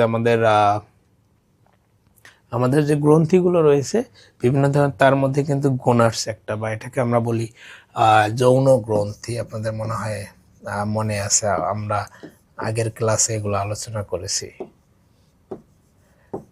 সেখান থেকে রিপ্রোডাক্ট আমাদের সেক্স সেলগুলো তৈরি হয়। দ্য মেল সেক্স সেল, এটাকে বলা হয় স্পার্মাটোজোয়া বা সংক্ষেপে আমরা অনেক সময় স্পার্মও বলে থাকি। এটা তৈরি হয় বেসিক্যালি মেল গোনাডস থেকে, যে আমাদের পুরুষের যৌন গ্রন্থি থেকে। আর ফিমেল যে সেক্স সেল সেটাকে বলা হয় ওভা, এটা সিঙ্গুলার হচ্ছে ওভাম। তো what is the singular form of ova, এটা হয়তো এরকম কোশ্চিন আপনাদের আসতে পারে। যখন সিঙ্গুলার হবে তখন ওভাম, আর প্লুরাল হলে তখন আমরা ওভা বলি। তো এটা তৈরি হয়ে থাকে কোথায়, ফিমেল গোনাডস। ফিমেল গোনাডস এটাকে বলা হয় ওভারিস থেকে। আর পুরুষের যেটা মেল গোনাডস সেটা তৈরি হয় টেস্টিস থেকে। হ্যাঁ, তো male and female sex cells are similar in that they contain the chromosome. হ্যাঁ, আমাদের সেক্স সেলগুলোর যে প্রধান উপাদান এই যে ক্রোমোজোম, আপনারা জানেন। তো আমাদের শরীরে কতগুলো ক্রোমোজোম আছে? এই যে প্রত্যেকটা সেক্স সেল, এক একটা সেক্স সেলে কিন্তু 23 বা আমাদের 23টি করে ক্রোমোজোম রয়েছে। তো এখানে একটা প্রশ্ন আছে, আমাদের দেহ কোষে কিন্তু ক্রোমোজোমের সংখ্যা কয়টা? 46টা। হ্যাঁ, আর প্রত্যেকটা সেলে, হ্যাঁ, শুধু কোষে কিন্তু আমাদের ক্রোমোজোমের সংখ্যা 23টা। এটুকু ইনফরমেশন আপনারা কনফার্ম হয়ে নেবেন। তো এখানে একটা the beginning of a life, একটা লাইফের কখন শুরু হয়? Consist of an astounding series of events and processes that starts at conception, when an egg cell, হ্যাঁ, যখন একটি ডিম্বাণু একটি শুক্রাণুর সাথে মিলিত হয়, ডিম্বাণু হচ্ছে ফ্রম ফিমেল, স্পার্ম হচ্ছে ফ্রম মেল, তখনই কিন্তু একটি যে লাইফ একটা শুরু হওয়ার যে প্রথম পর্যায় সেটা শুরু হয়। তো এই যে যখন একটি এক্সেল, একটি কি আমরা বলি যে এক্সেল প্লাস একটা স্পার্ম একসাথে মিলিত হয়, তখন প্রথম যে প্রসেসটা শুরু হয় সেটাকে আমরা বলি জাইগোট।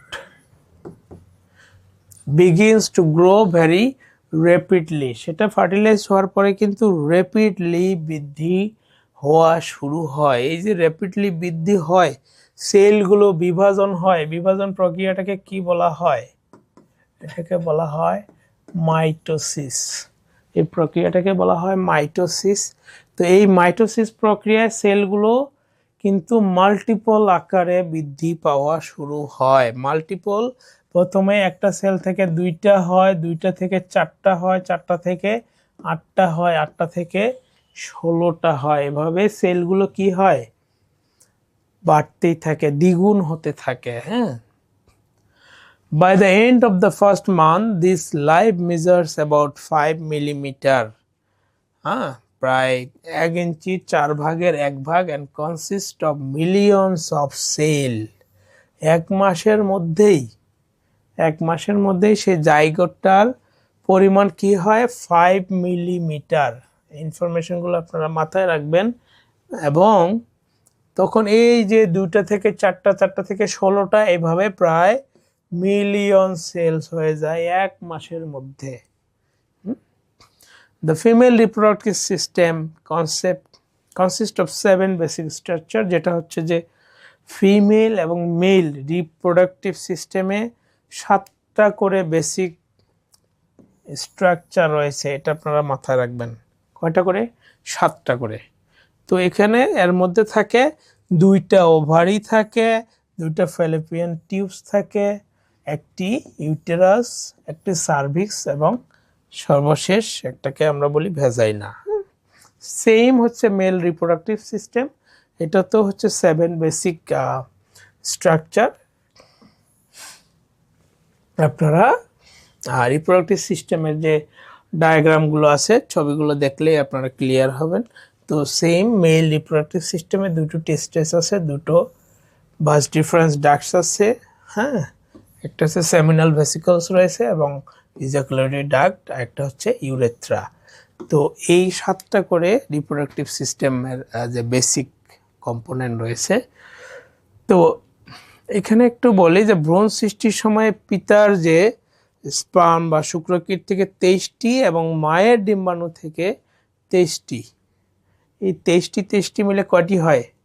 এই যে নবজাতকের দেহে প্রতিটি কোষে ক্রোমোজোমের সংখ্যা দাঁড়ায় তখন 46টি বা 23 জোড়া। এই 23 জোড়ার মধ্যে কিন্তু 22 জোড়া হচ্ছে পুরুষ ও নারীর একই ধরনের ক্রোমোজোম। সকল পুরুষ নারীর 22 জোড়া ক্রোমোজোম কিন্তু একই, যেগুলো হচ্ছে তার বিভিন্ন ধরনের দৈহিক বৈশিষ্ট্য, যেমন চুল, গায়ের রং, হ্যাঁ, চোখ, এই ধরনের বৈশিষ্ট্যগুলো কিন্তু এই যে 23 জোড়ার মধ্যে 22 জোড়ার মধ্যে অবস্থান করে।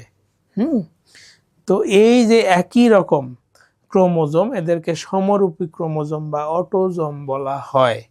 তাইলে এই 22 জোড়া হচ্ছে ক্রোমোজোমকে আমরা কি বলি? অটোজোম। বাকি থাকলো কয় জোড়া? বাকি থাকলো আর 1 জোড়া, যে 23তম জোড়াটা, সেটাকে বলা হয় সেক্স ক্রোমোজোম বা যৌন ক্রোমোজোম নামেও পরিচিত। তো পুরুষের যে সেক্স ক্রোমোজোম হচ্ছে XY এবং নারীর সেক্স ক্রোমোজোম হচ্ছে XX।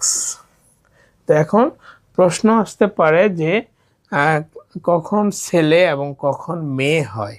এই যে পুরুষের যৌন ক্রোমোজোম যে X, নারীর কিন্তু দুইটাই XX। হ্যাঁ, এজন্য অনেক সময় মেয়ে সন্তান হওয়ার জন্য নারীদের দায়ী করা হয়, বাট সায়েন্টিফিক্যালি মেয়ে শিশু হওয়ার জন্য কিন্তু নারীরা কোনোভাবেই দায়ী নয়, কারণ তার দুটোই হচ্ছে এক্স এক্স ক্রোমোজোম। এখন পুরুষের একটি এক্স ক্রোমোজোম এবং নারীর একটি এক্স ক্রোমোজোম মিলে যে সন্তানটা হবে সেটা কি হবে? ছেলে হবে। কারণ নারীর হচ্ছে দুটোই এক্স, সেখান থেকে এই জোড়া থেকে যে কোনো একটি ক্রোমোজোম হলেই সেটা এক্স ক্রোমোজোমই যাবে। কিন্তু আমাদের মেয়ে সন্তান হওয়ার ক্ষেত্রে কি ক্রোমোজোম লাগবে? অবশ্যই একটি ওয়াই ক্রোমোজোম লাগবে। তো এক্ষেত্রে যদি পুরুষের ক্রোমোজোম থেকে একটি নারীর ক্রোমোজোম তো দুইটাই এক্স, পুরুষের থেকে যদি ওয়াই যায় তখনই কেবল একটু মেয়ে সন্তানের জন্ম হবে। বুঝা গেছে? তো স্ত্রী জনন কোষ বা ডিম্বাণু গর্ভধারণ ক্ষমতা অর্জনের পূর্বে 3টি প্রসেস পার হয়। প্রসেসগুলো হচ্ছে যে প্রথমটাকে বলা হয় পরিণমন বা ম্যাচুরেশন, সেটা মিওসিস প্রক্রিয়া হয়ে থাকে। এরপরে ডিম্বাণু স্ফুটন বা ওভালুশন, ওভুলেশন প্রক্রিয়া, সেটা হচ্ছে যে আমরা জানি যে মেনস্ট্রুয়াল সাইকেলটা 28 দিনে হয়ে থাকে এবং এই ডিম্বাণু স্ফুটন কিন্তু বেসিক্যালি কত দিনের মধ্যে হয়ে থাকে? এভারেজ যেটা হিসাব সেটা হচ্ছে 11 দিনের মধ্যে হয়ে থাকে। আর ফার্টিলাইজেশনটা নিষিক্তকরণ বা এই যে ডিম্বাণু ফার্টিলাইজেশনটা বেসিক্যালি 12 থেকে 36 ঘন্টার মধ্যে হয়ে থাকে। তো এই যে প্রিনেটাল পিরিয়ডের যে ডেভেলপমেন্টটা, এটা কিভাবে হয় সেই বিষয়টা আমরা একটু আসি। প্রিনেটাল, এই যে প্রিনেটালের নাটাল শব্দটা বেসিক্যালি এসেছে কিন্তু নাটালিস থেকে। এটা একটি ল্যাটিন শব্দ। নাটালিস মানে জন্মগ্রহণ করা। সুতরাং জন্ম পূর্ব সময়কে ইংরেজি ও ল্যাটিন ভাষায় প্রিনেটাল পিরিয়ড বলা হয়। এই যে প্রি হচ্ছে ইংরেজি, আর এই যে নাটাল বা নাটালি যেটাই বলি না কেন সেটা কিন্তু একটি ল্যাটিন ওয়ার্ড। হ্যাঁ, তো এখানে আরো কিছু ইনফরমেশন রয়েছে, আমি বলি যে in humans the average duration from the day of conception is average, সেটা কিন্তু ফিক্সড না, সেটা অ্যাভারেজ ডিউরেশন হচ্ছে গর্ভধারণের অ্যাভারেজ সময় হচ্ছে 266 দিন বা 38 উইকস। বাট 70%-এর ক্ষেত্রে কিন্তু যেটা হয়ে থাকে 252 থেকে 280 দিন পর্যন্ত গর্ভধারণকালটা সময়টা থাকে। তবে এটা কিন্তু কি করে? ভ্যারি করে, গ্রেট ভেরিয়েশন। মানুষের প্রত্যেকটা মানুষের ক্ষেত্রে যে এটাই হবে এরকম কিছু না, এটা ম্যান টু ম্যান ভেরি করে। তো এই যে প্রিনেটাল ডেভেলপমেন্ট, এই প্রিনেটাল ডেভেলপমেন্টকে মূলত গর্ভ বা যেটাই বলি আমরা যে জন্মের পূর্ব সময়টাকে বেসিক্যালি 3টা ভাগে ভাগ করা হয়েছে, 3টা মেইন ভাগ। প্রথমটাকে আমরা বলি যে জার্মিনাল স্টেজ, এটার আরও নাম আছে কিন্তু এটাকে হয়তো period of zygote, period of ovum, এই বিভিন্ন নামে এগুলো এটাকে ভাগ করা হয়েছে। তো এই যে প্রিন্যাটাল ডেভেলপমেন্টটা বা জন্ম পূর্বকালীন যে বিকাশটা সেটাকে বেসিক্যালি 3টা ভাগে ভাগ করা হয়েছে, 3 স্টেজেস, 3টা মূল ভাগ। এর মধ্যে হচ্ছে একটা জার্মিনাল স্টেজ বা এটাকে পিরিয়ড অফ জাইগোট বা পিরিয়ড অফ ওভাম, যে কোনো একটা নামেই আপনারা ডাকতে পারেন বা কোশ্চিনটা যে কোনো একটা নামে আসতে পারে, সেটা আপনারা একটু মাথায় রাখবেন। তো জার্মিনাল স্টেজটা বা এটাকে আমরা ডিম্বকাল বলে থাকি, which last until the end of the second week, শুরু থেকে 2 সপ্তাহ পর্যন্ত যে সময়টা সেটাকেই কিন্তু জার্মিনাল স্টেজ বলা হয়ে থাকে। এটা কনসেপ্ট, এটা অন্যতম একটা বৈশিষ্ট্য হচ্ছে beginning of the rapid cell division. হ্যাঁ, এই সময়টাই হচ্ছে র্যাপিডলি সেল ডিভিশন হয়ে থাকে। তো এই সেল ডিভিশনটা কিভাবে হয়ে থাকে? এই যে begins the process of mitosis, আমি কিন্তু প্রথমেই বলেছি এটা যে এই সেল ডিভিশনগুলো হয়ে থাকে মাইটোসিস এবং মাল্টিপ্লাইজ দ্য নাম্বার অফ সেল, সব সময় গুণিতক আকারে হয়ে থাকে, যে 2টা থেকে 4টা, 4টা থেকে 8টা, 8টা থেকে 16টা, 16টা থেকে 32টা, এভাবে গুণিতক আকারে সেল ডিভিশনগুলোতে হয়ে থাকে। তো in which stage the placenta is form, এখানে একটা কোশ্চিন আছে যে এই যে স্টেজের যে বৈশিষ্ট্যগুলো, তার মধ্যে অন্যতম একটা বৈশিষ্ট্য হচ্ছে কিন্তু এই 2 সপ্তাহের মধ্যেই কিন্তু প্লাসেন্টা কি হয়ে থাকে, ফর্মড হয়ে থাকে। তো এখানে কোশ্চিনটা হচ্ছে in which stage the placenta is formed. হ্যাঁ, এখানে এমব্রায়োনিক, ফেটাস, ওভাম স্টেজ না নিওনেটাল স্টেজ? অবশ্যই সেটা ওভাম স্টেজে, এই 2 সপ্তাহের মধ্যেই কিন্তু প্লাসেন্টা তৈরি হয়ে যায় বা ফর্মড হয়ে যায়। দ্বিতীয় যে স্টেজটা, সেটাকে আমরা দ্য এমব্রায়োনিক স্টেজ বলা হয় বা ভ্রূণ অবস্থা। ভ্রূণ অবস্থায় এইটার সময়ে কি হয়ে থাকে, সময়কালটা হচ্ছে the end of second week. আমরা কিন্তু প্রথমটা দেখেছি যে 0 থেকে 2 সপ্তাহ পর্যন্ত যে সময়টা, সেটা হচ্ছে আমাদের গেল ওভাম স্টেজ। এখন এমব্রায়োনিক বা ভ্রূণ অবস্থাটা হচ্ছে যা 2য় সপ্তাহ থেকে 8 সপ্তাহ পর্যন্ত হচ্ছে ভ্রূণ অবস্থা।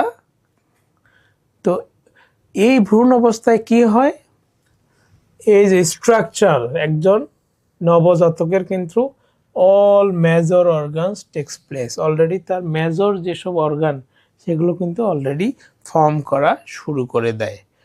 এই পর্যায়ে হচ্ছে প্লাসেন্টা ডেভেলপ করে। প্লাসেন্টা ফর্ম করে কিন্তু কোন পিরিয়ডে, ওভাম পিরিয়ডেই কিন্তু এই পর্যায়ে প্লাসেন্টাটা তার ডেভেলপ করে। তারপর আম্বালিক্যাল কর্ড, যেটা আমরা বলি নাভিরজ্জু, সেটা কিন্তু কি হয়, সেটাও তৈরি হয়ে যায়। তো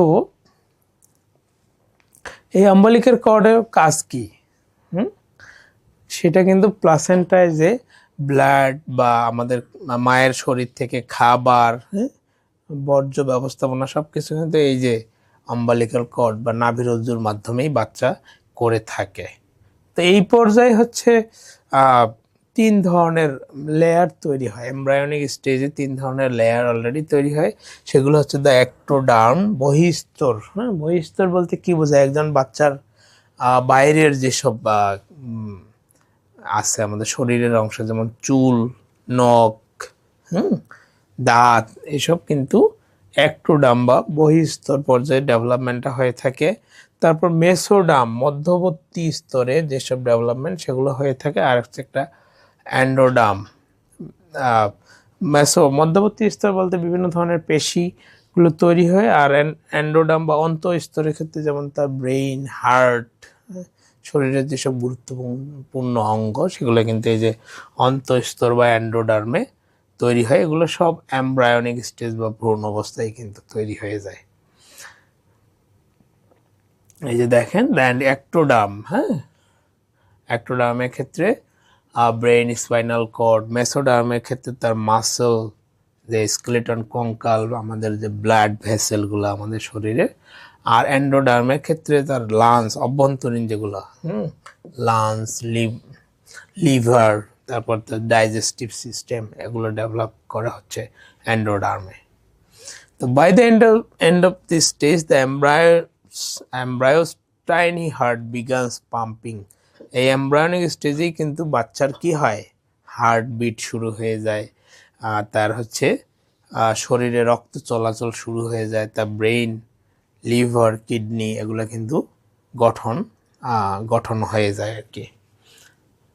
তো শেষ যে পর্যায়টা, সেটাকে আমরা ফেটাল স্টেজ, পরিণত ভ্রূণকাল, বা অনেক জায়গায় হয়তো আছে ফেটাস স্টেজ। একজন বাচ্চা যখন তার পূর্ণাঙ্গ, এটা 3rd মান্থ থেকে শুরু হয় আনটিল বার্থ। আমরা কিন্তু ওখানে দেখেছি যে এমব্রায়োনিক স্টেজটা হচ্ছে 2nd উইক থেকে 8ম উইক পর্যন্ত, আর ফেটাস স্টেজটা হচ্ছে 3rd মান্থ বা 9th উইক থেকে, একেবারে জন্ম থেকে।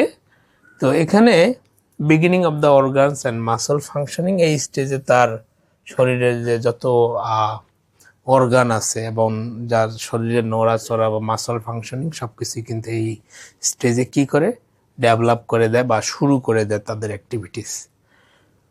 তো although the exact timing of this development changes is quite variable, the sequence of this event is fixed. যদিও এগুলো হচ্ছে এক বাচ্চা থেকে আরেক বাচ্চার ক্ষেত্রে হয়তো অল্প একটু ভ্যারি করতে পারে যে ডেভেলপমেন্টাল চেঞ্জেসগুলো, বাট এই যে সিকোয়েন্স, বাট আমরা পড়েছিলাম না যে তাদের সিকোয়েন্সগুলো কিন্তু ফিক্স থাকে, এগুলো কখনো চেঞ্জ হয় না। তো এই যে আমরা একটা বাচ্চা ছেলে না মেয়ে হবে এই ডিফারেন্সটা আমরা কখন বুঝতে পারি, এটা কিন্তু আমরা ফেটাস স্টেজে বুঝতে পারি। 12 সপ্তাহেই আমরা বুঝতে পারি যে বাচ্চাটা ছেলে হবে না মেয়ে হবে। তো এখানে আরো কিছু প্রশ্ন আছে আমি একটু মেনশন করতে চাই, সেগুলো হচ্ছে মনোজাইগোটিক টুইনস ক্যান, আমি কিন্তু প্রথমেই বলেছি যে একই সেল থেকে যদি একাধিক শিশুর জন্ম হয়, একই সেল থেকে, ধরেন যে একটা এক্স সেল বা একটা স্পার্ম সেল মিলে একটা জাইগোট সৃষ্টি হলো, এটা কিন্তু কি হবে, ওই যে আপনার মাইটোসিস প্রক্রিয়া, এই এক সেল থেকে কিন্তু তখন দুইটা হবে, দুইটা থেকে চারটা হবে, চারটা হতে হতে এভাবে কিন্তু এই কি হবে, সেলগুলোর বিভাজন চলতেই থাকবে। ঠিক আছে, এখন এখানে কয়টা জাইগোট, একটা জাইগোট, কিন্তু এখান থেকে কোনো একটা সেল যদি বিচ্ছিন্ন হয়ে যায় সেটা আবার মাইটোসিস প্রক্রিয়া তার চারপাশে আবার সেল বিভাজন শুরু করে দেয়। এই যে একটা সেল থেকে ভেঙে এখানে কয়টা হলো, দুইটা সেল হলো, এই দুইটা সেল হওয়ার পরে মানে দুটো বাচ্চা হবে এখানে। তো এই যে বাচ্চা দুটো হবে এগুলো কিন্তু আইডেন্টিক্যাল হবে, বা আইডেন্টিক্যালের আরেকটা টার্ম হচ্ছে আমরা বলি মনোজাইগোটিক বা অভিন্ন টুইনস। এখন এই যে একটা সেল থেকে দুইটা হয়ে গেল, এই যে বাচ্চাগুলো হবে এরা কিন্তু অভিন্ন যমজ হবে, মানে এটা ছেলে হলে এটাও ছেলে হবে, এটার যে গায়ের রং হবে এটাও সে গায়ের রং হবে। ঠিক আছে, এটা বলে অভিন্ন যমজ। আরেকটা হচ্ছে ডাইজাইগোটিক বলি আমরা, বা ফ্র্যাটার্নাল টুইনস বলা হয়, সেটা হচ্ছে একই সময়ে একাধিক সেল, একই সময়ে একাধিক সেল যদি ফার্টিলাইজ হয়ে থাকে, দুই এখানে একটা ওভামের সাথে একটা স্পার্মের সংযোগ হয়েছে, এখানে আবার একই সময়ে আরেকটা ওভামের সাথে আরেকটা স্পার্ম মিলিত হয়েছে, তার মধ্যে এখানে কিন্তু দুইটাই আলাদা আলাদা। ঠিক আছে, এগুলা আলাদা আলাদা বৈশিষ্ট্য, একই সেল থেকে কিন্তু এরা তৈরি না। এখান থেকে যে শিশুটির জন্ম হবে সেটা হচ্ছে কি হবে, ডাইজাইগোটিক, বা আমরা বলি ফ্র্যাটার্নাল টুইনস, ভিন্ন ভিন্ন যমজ। এরা এক দুইটাই ছেলে হতে পারে, দুইটা মেয়েও হতে পারে, আবার একটা ছেলেও হতে পারে, একটা মেয়েও হতে পারে। ঠিক আছে, তো এই যে মনোজাইগোটিক টুইনসের ক্ষেত্রে তাহলে কি হবে, বি অফ ডিফারেন্ট সেক্স, আলাদা আলাদা জেন্ডারের হবে, নাকি ডেভেলপ ফ্রম ডিফারেন্ট এক্স? হ্যাঁ, এটা কি ডিফারেন্ট এক্স থেকে হচ্ছে, নাকি দুইটাই হবে, না কোনোটাই না? এখানে তাহলে অ্যান্সার কি হবে, অবশ্যই এখানে কোনোটাই নয়, কারণ এরা কিন্তু কি হবে, এই যে আইডেন্টিক্যাল টুইনস বা মনোজাইগোটিক সবসময় একই হবে, একই সেক্সের হবে, একই কালারের হবে, একই জেন্ডারের হবে।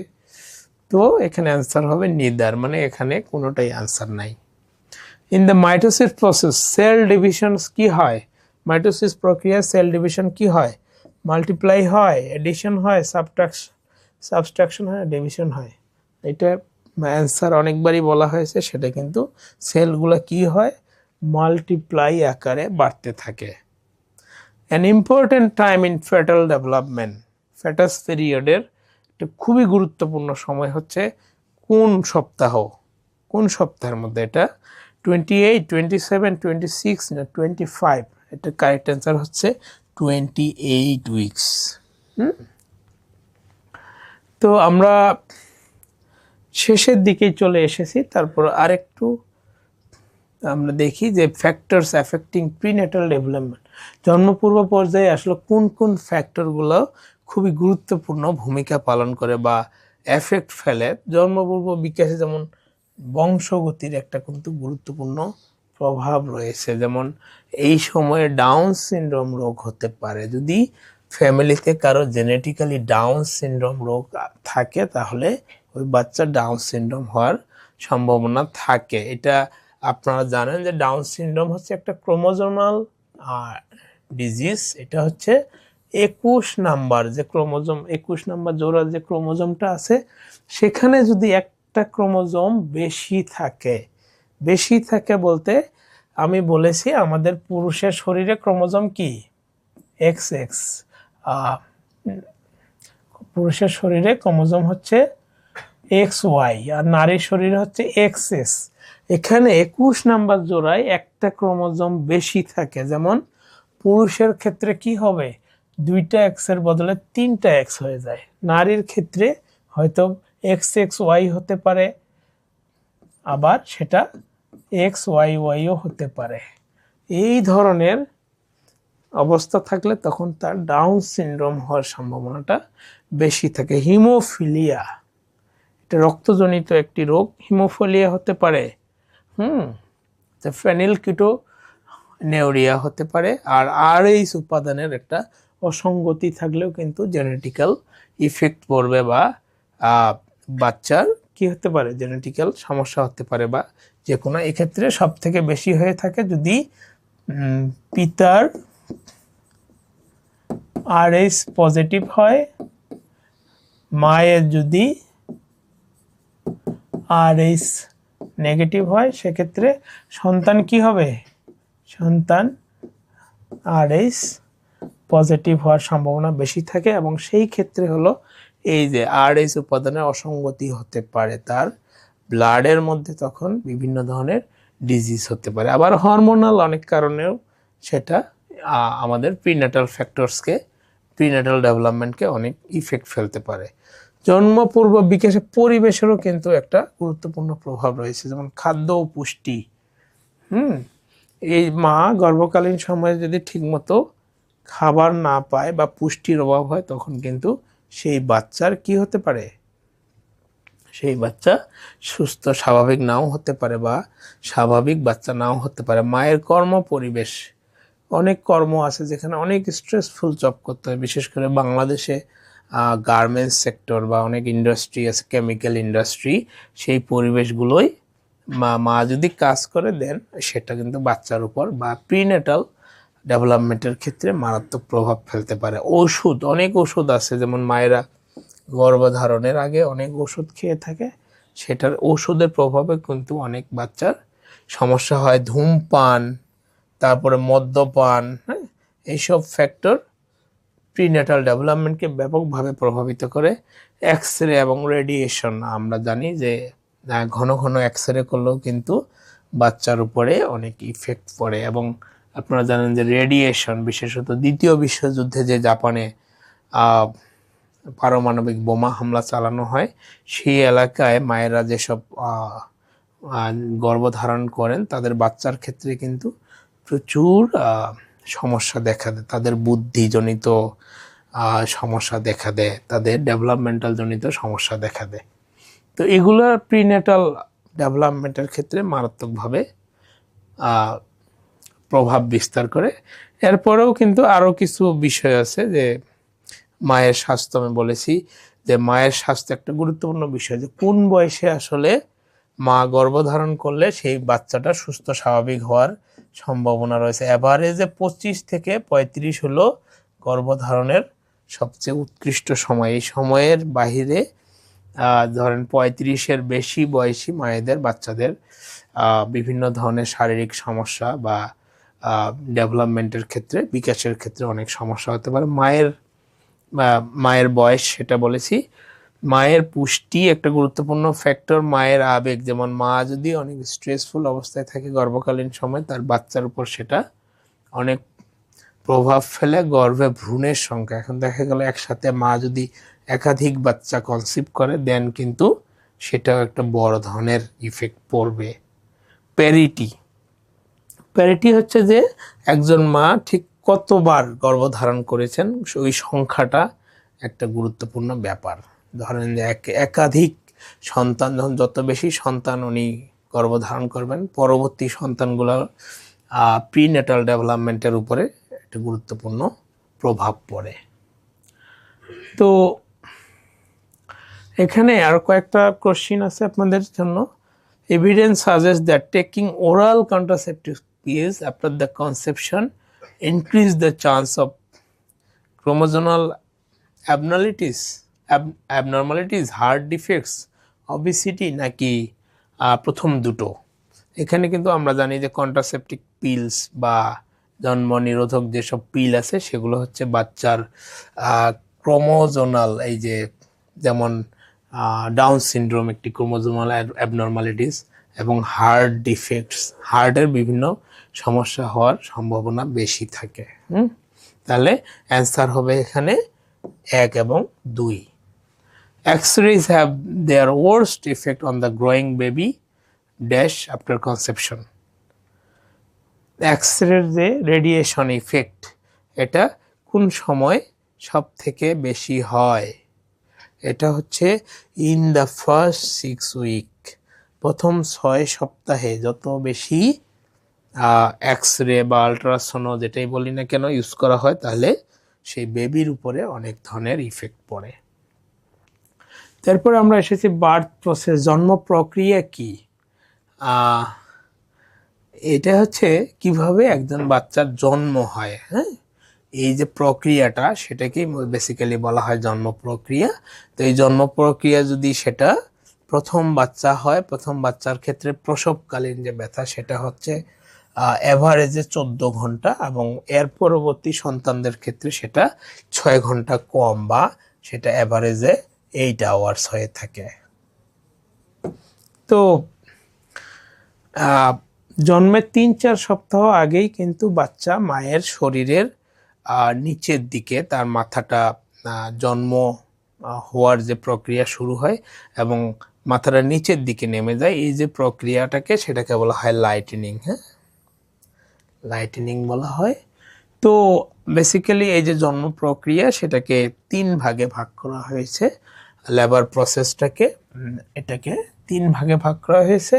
তো প্রথম স্টেজে হচ্ছে যে ইউটেরিন কন্ট্রাকশনস আর শর্ট স্পিড, আমাদের যে মায়ের যে ইউটেরাস সেটার কন্ট্রাকশন বা সেটার সংকোচন প্রসারণ শুরু হয় 10 থেকে 15 মিনিট পর পর, এবং এটা শেষের দিকে এন্ড অফ দিস স্টেজ, এই যে প্রথম প্রক্রিয়া শেষে এটা কিন্তু 6 থেকে 13 ঘন্টা এই প্রক্রিয়াটা চলতে থাকে, এবং শেষের দিকে সেটা আগে যেটা 10 থেকে 20 মিনিটের পরপর হতো তখন সেটার সময়টা কমে আসে, এবং 3 থেকে 5 মিনিট পরপর সেই যে ব্যথাটা সেই ব্যথাটা শুরু হয়, এবং এটার তীব্রতার মাত্রা কিন্তু বেশি হয়। তো as soon as the cervix যে এটা ডিলেশন বা এটা প্রসারণ যখন 4 ইঞ্চি পর্যন্ত হয়ে যায় তখন কিন্তু ফার্স্ট স্টেজটা শেষ হয়। তো এটা হচ্ছে সর্বোচ্চ সময় নিয়ে এটা হয়ে থাকে। এটা লাস্ট 6 থেকে 13 ঘন্টা পর্যন্ত হয়ে থাকে এই ব্যথাটা। দ্বিতীয় স্টেজের ক্ষেত্রে বেবি কি হয়, জন্মের যে বার্থ ক্যানেল, যেটা বার্থ ক্যানেলের মধ্যে গ্র্যাজুয়ালি সে মুভমেন্ট করা শুরু করে, এবং এটা মাত্র 20 থেকে 90 মিনিট সময় নিয়ে থাকে এই স্টেজটা। তো যখনই তার হচ্ছে মাথাটা, once the head has cleared the opening, হ্যাঁ, তো যখনই তার মাথা বের হয়ে যায় তখন ফেটাসটা রোটেট করে, মানে যে বাচ্চার যে শরীরটা সেটা অটোমেটিক্যালি রোটেট করে। এই যে মাথা যে দেখা যাওয়াটাকে এটাকে বলা হয় ক্রাউনিং। আমরা পড়েছি লাইটনিং, এবং দ্বিতীয় স্টেজটা হচ্ছে ক্রাউনিং। তো বাচ্চার বডিটা অটোমেটিক্যালি রোটেট করে এবং বাচ্চাটা বের হওয়ার জন্য কি হয়, রেডি হয়, একেবারেই রেডি হয়। তো ফাইনাল স্টেজে হচ্ছে বাচ্চা মায়ের শরীর থেকে বের হয়ে যায় এবং মায়ের সাথে যে তার 280 দিন বা 266 দিন 260 দিন যেটাই বলি না কেন, যে একটা সম্পর্ক ছিল, সেই সম্পর্কটা বিচ্ছিন্ন হয়ে যায়।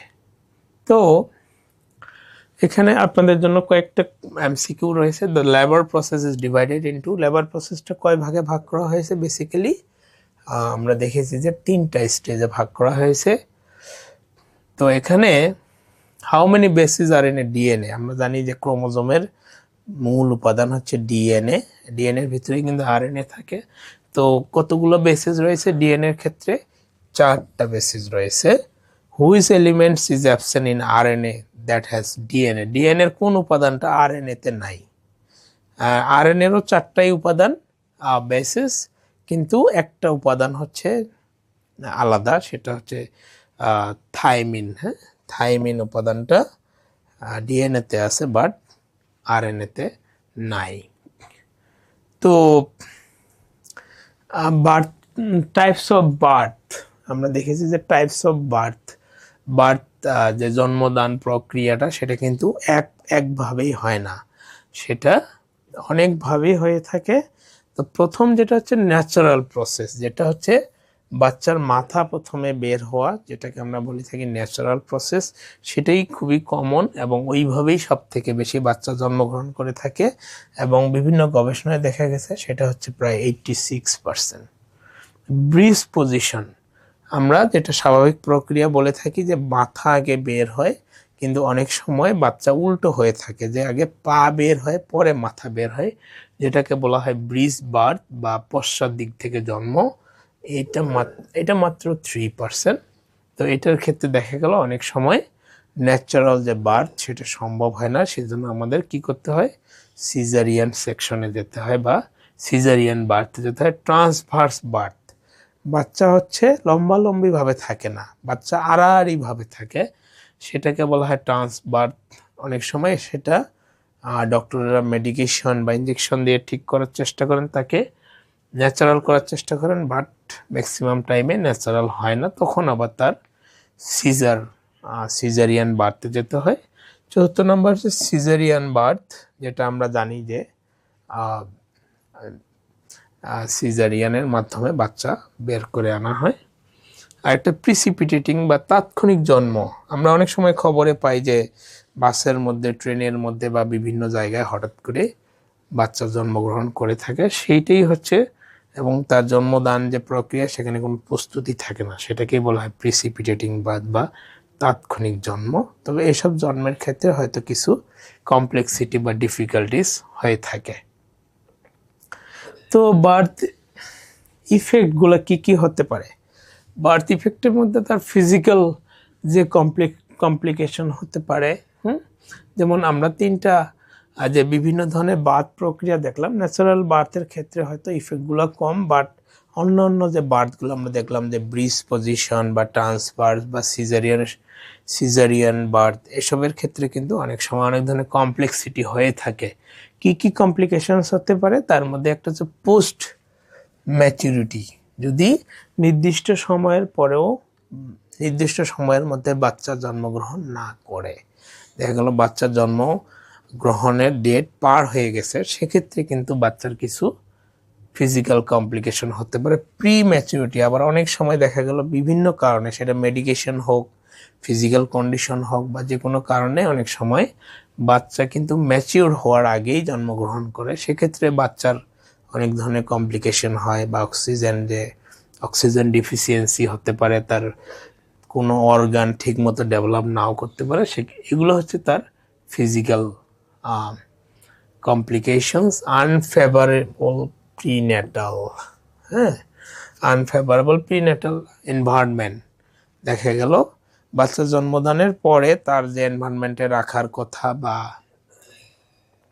জন্মের পূর্বে মায়ের যে এনভায়রনমেন্ট, সেটা কারণেও কিন্তু অনেক ধরনের কমপ্লিকেন্সি দেখা দিতে পারে। অক্সিজেন ডিফিসিয়েন্সি, বাচ্চার অক্সিজেন ডিফিসিয়েন্সি হতে পারে, অক্সিজেনের ঘাটতি হতে পারে, বা ঠিকমতো অক্সিজেন গ্রহণ নাও করতে পারে। আবার মাল্টিপল বার একাধিক সন্তান জন্মদানের ক্ষেত্রেও কিন্তু দেখা গেল অনেক ধরনের কমপ্লিকেশনস দেখা দেয়।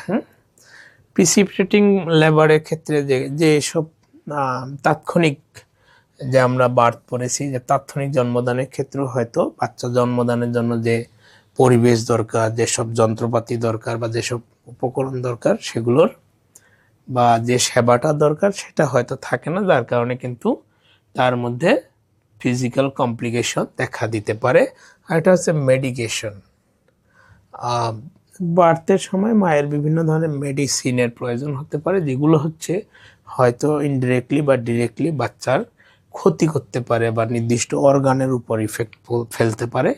সেগুলো হচ্ছে ফিজিক্যাল কমপ্লিকেশন। এরপরে সাইকোলজিক্যাল কমপ্লিকেশনস থাকতে পারে, বা মায়ের যে সাইকোলজিক্যাল কন্ডিশন সেটার কিছু কমপ্লিকেশন থাকতে পারে, যা বাচ্চার উপরে কি করে অনেক ধরনের ইফেক্ট ফলে। এর মধ্যে আছে traditional belief about birth, maternal stress, মায়ের attitude towards an unborn child, এগুলো হচ্ছে সাইকোলজিক্যাল কমপ্লিকেশনস। তো আমি আজকে ক্লাসে আমরা একেবারেই শেষ পর্যায়ে এসেছি। আমি এখানে কিছু রেফারেন্সের কথা উল্লেখ করেছি, যেগুলো থেকে আপনারা পড়লে আমি বলছি যে 100% আপনাদের কমন পড়ার সম্ভাবনা রয়েছে, বা এই বইগুলো থেকে আপনারা তথ্যগুলো সংগ্রহ করলে আপনাদের উত্তর সঠিক হওয়ার সম্ভাবনা অনেক বেশি। তো এই বইগুলো হচ্ছে আমি যেগুলো ফলো করেছি আজকের স্লাইডের জন্য। প্রথমটা হচ্ছে চাইল্ড অ্যান্ড অ্যাডোলেসেন্স ডেভেলপমেন্ট, সেটা হচ্ছে সাফিনো অ্যান্ড আর্মস্ট্রং এর বই। দ্বিতীয়টা হচ্ছে ডেভেলপমেন্টাল সাইকোলজি, সেটা হারলগ আমরা যেটা বলি, এলিজাবেথ বি হারলগ। এর বাইরে আমি বিকাশ মনোবিজ্ঞান প্রফেসর ডক্টর সুলতানা বানু ম্যাডামের বই থেকে তথ্য নিয়েছি। মনোবিজ্ঞান ও জীবন অধ্যাপক নিহারঞ্জন সরকার স্যারের বই থেকে নিয়েছি। বিকাশ মনোবিজ্ঞান 1 প্রফেসর মোহাম্মদ আবু বকর সিদ্দিক স্যারের বই থেকে কিছু তথ্য নিয়েছি, এবং বিকাশ মনোবিজ্ঞান মোহাম্মদ আমিনুল হক স্যার ওনার বই থেকে অনেক ধরনের ইনফরমেশন নিয়েছি। তো আশা করি আপনারা এই বইগুলো ফলো করবেন, এবং আমি যেসব ইনফরমেশন দিয়েছি সেগুলো আপনারা একটু ভালোভাবে ফলো করার চেষ্টা করবেন। আর সবার জন্য অনেক অনেক শুভকামনা জানিয়ে আজকে আমি আমার ক্লাস এখানেই শেষ করছি। সবাই ভালো থাকবেন, ধন্যবাদ।